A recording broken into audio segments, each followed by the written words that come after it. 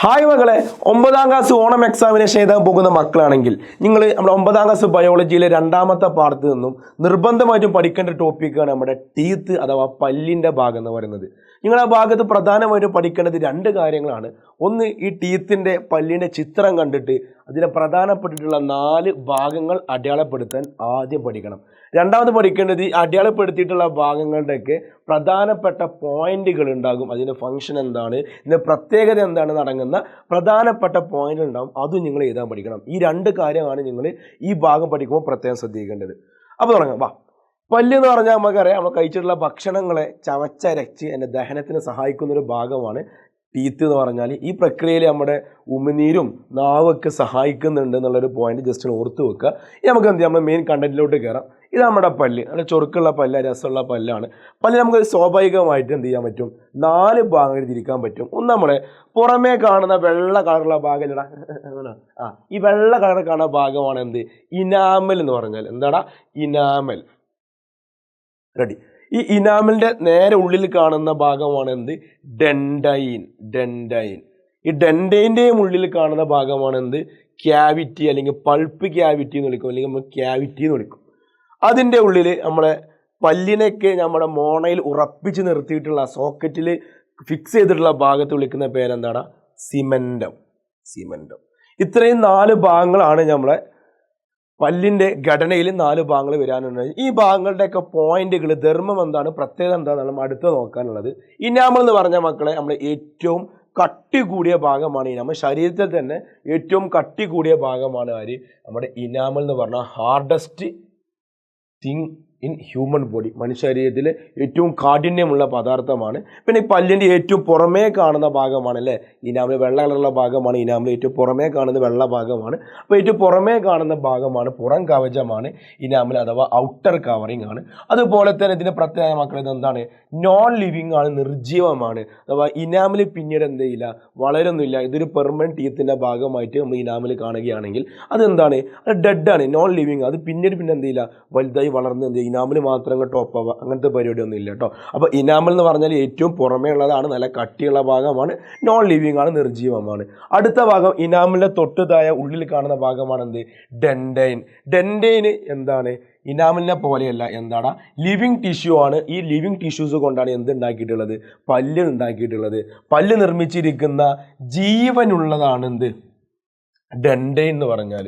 എന്താടാ, ജീവനുള്ള കലയാണ് എന്ത്, ഡെൻഡൈൻ. റെഡിയല്ലേ മക്കളെ? അപ്പോൾ ഇനാമൽ പറഞ്ഞു പുറം കവചമാണ്, നേരെ ഉള്ളിൽ കാണുന്ന ഡെൻഡൈൻ എന്താണ്, പല്ല് നിർമ്മിച്ചിട്ടുള്ള ജീവനുള്ള ഭാഗമാണ്.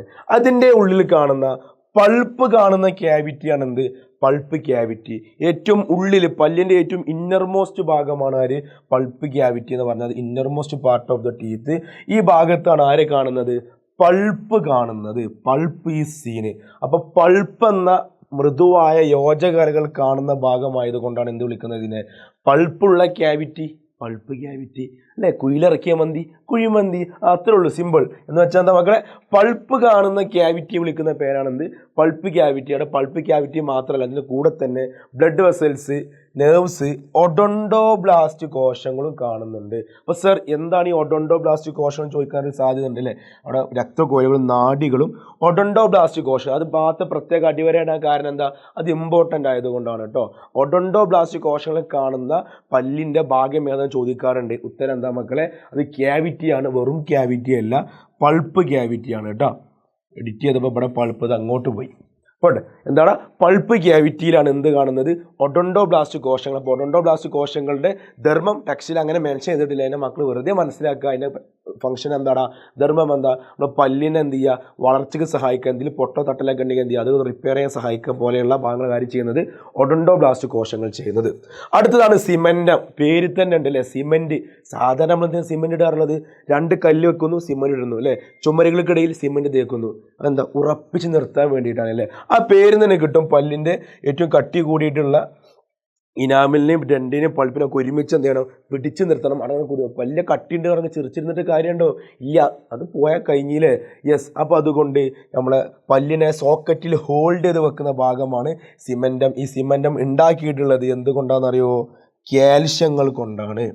ഉറപ്പിച്ച് നിർത്തുന്ന ഭാഗമാണ് ഇത് ഉണ്ടാക്കിയിട്ടുള്ളത് കാൽഷ്യങ്ങൾ കൊണ്ടാണ്. അപ്പോൾ ഇത്രയും ഭാഗമാണ് നമ്മൾ പല്ലിൻ്റെ കാര്യത്തിൽ പഠിക്കാനുള്ളത്. ഒന്നെന്താടാ, ചിത്രം തരും, അടയാളപ്പെടുത്താൻ പഠിച്ച 4 ഭാഗങ്ങൾ: പുറം കവചം, ഇനാമൽ, അതിന് തൊട്ടുള്ളിൽ ഡെൻഡൈൻ, പൾപ്പ് കാണുന്ന പൾപ്പ് ക്യാവിറ്റി, പിന്നെ നമ്മൾ സിമെൻറ്റം എന്ന് പറയുന്ന നമ്മളെ സോക്കറ്റിൽ മോണയിൽ അത് ഉറപ്പിച്ച് നിർത്തിയിട്ടുള്ള ഭാഗമുണ്ട്. പിന്നെ എന്താ പറയുക മക്കളെ, വെറുതെ ടെക്സ്റ്റ് നോക്കിയാൽ കാണും ഇവിടെ 3 ഭാഗങ്ങൾ കാണും. പല്ലിൽ നമ്മൾ എന്ത് ചെയ്തിട്ടുണ്ട്, വീണ്ടും 3 പാർട്ടാക്കി തിരിച്ചിട്ടുണ്ട്. ഏറ്റവും വെള്ള കളർ കാണുന്ന ഭാഗമില്ല മക്കളെ, വിളിക്കുന്ന പേരെന്താണെന്ന് അറിയോ? നെക്ക് ക്രൗൺ എന്ന് വിളിക്കും, അല്ലെങ്കിൽ നമ്മളതിനെ ദന്ത മകുടം എന്ന് വിളിക്കും. എന്ന് വിളിക്കണം, ഏറ്റവും മേലെ കാണുന്ന ഭാഗം, ഏറ്റവും മേലെ ക്രൗൺ, കിരീടം ഏറ്റവും മേലെ കാണാം അല്ലേ? യെസ്, ദാ കിരീടം പോലെയുള്ള ഭാഗമാണ് ദന്ത മകുടം അല്ലെങ്കിൽ ക്രൗൺ. പിന്നെ നേരെ താഴത്താണ് എന്ത്, നെക്ക് വരുന്നത്, നമ്മളെ ചുവപ്പ് കളറുള്ള മോണ കളറില്ലേ, ആ ഭാഗമാണ് എന്ത്, നെക്ക് എന്ന് പറഞ്ഞാൽ, അഥവാ നമ്മുടെ ദന്തഗളം. പിന്നെ നമ്മുടെ ഏറ്റവും താഴത്ത് ആ പല്ലിൻ്റെയൊക്കെ റൂട്ടും മറ്റു കാര്യങ്ങളൊക്കെ വരുന്ന ഭാഗമാണ് എന്ത്, ദന്തമൂലം എന്ന് പറഞ്ഞാൽ റൂട്ട് ഭാഗം. എന്താ ഈ ഉള്ളിലോട്ടുള്ള നമുക്ക് കാണാത്ത ഭാഗമാണ് എന്ത്, റൂട്ട് ഭാഗം. അതും കൂടി ജസ്റ്റ് എൻ്റെ മക്കൾ എന്ത് ചെയ്യുക, ഒന്ന് നോക്കിയിട്ട് പോവുക. ഈ ഭാഗം ഇമ്പോർട്ടൻ്റ് ആണെന്ന് വെറുതെ തള്ളി വിട്ടല്ല കേട്ടോ. അപ്പോൾ കഴിഞ്ഞ വർഷത്തെ എക്സാമിനേഷനിൽ, ഓണം എക്സാമിനേഷനിൽ 3 മാർക്കിൻ്റെ ചോദ്യമായിട്ട് 20ാമത്തെ ചോദ്യമായിട്ട് വന്നൊരു ചോദ്യമാണ്. ഇത്രയും വലിയൊരു പാഠത്ത് നിന്ന് 3 മാർക്കും ഒരേ ഭാഗത്തും ചോദിച്ചു. അപ്പോൾ അതെന്താണ്, ഇമ്പോർട്ടൻ്റ് ആയതുകൊണ്ടാണ് കേട്ടോ. അപ്പോൾ എൻ്റെ മക്കൾ ഈ ഭാഗം പഠിക്കാതെ ദയവേത് പരീക്ഷയ്ക്ക് പോകരുത്. ഇനി നമുക്ക് എന്ത് വരാനുണ്ട്, ഒരുപാട് ക്വസ്റ്റ്യൻസും കാര്യങ്ങളൊക്കെ ചർച്ച ചെയ്യാണ്ട്. അപ്പോൾ നിങ്ങൾക്ക് ഏത് ക്വസ്റ്റ്യനാണ് ഇനി ചർച്ച ചെയ്യേണ്ടത്, ഏത് ഭാഗമാണ് നിങ്ങൾക്ക് ഇനി സിമ്പിളായിട്ട് പറഞ്ഞു തരേണ്ടത് എന്നുള്ളത് എന്ത് ചെയ്യുക, ഒന്ന് കമൻറ്റ് ചെയ്യാം കേട്ടോ. അതിലെന്ത് ചെയ്യും, തീർച്ചയായിട്ടും ക്വസ്റ്റ്യൻ ചെയ്യും. അപ്പോൾ എന്ത് ചെയ്യുക, അടുത്ത ക്ലാസ്സിൽ വീണ്ടും കാണാം. ബൈ.